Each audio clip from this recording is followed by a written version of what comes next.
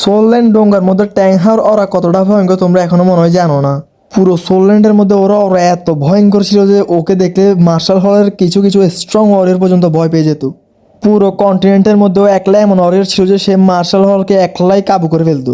সোলল্যান্ডের মধ্যে এমন একটা মুহূর্ত আসে যে ও ওখানে প্রমাণ করে যে ও মেন ক্যারেক্টারের বাবা কেন। যদি আপনাদের মনে হয় ওর থেকে ভয়ঙ্কর কেউ আছে তাহলে আমাকে কমেন্ট করে বলুন, যাতে আমি ওটা নিয়ে আরেকটা ভিডিও দিতে পারি।